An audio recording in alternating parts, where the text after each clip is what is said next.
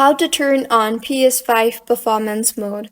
Hello everyone, I am Bishaka and welcome to our channel. I will take you through the step-by-step process on how to turn on PS5 Performance Mode. Now, let's get right into the tutorial. Step 1. Move to the home screen of your PS5 console and then tap on the gear icon to the Open Settings menu. Step 2. Now tap on the Save Data option and further tap on the Game or App Settings option and then on Game Presets. Step 3. Under the Game Presets tab, you can see various options including the Performance Mode, Resolution Mode, and Game Default. Step 4. Tap on the Performance Mode and then save the changes of your preference. Keep in mind that not all games offer performance modes, and the availability of these modes can vary from game to game.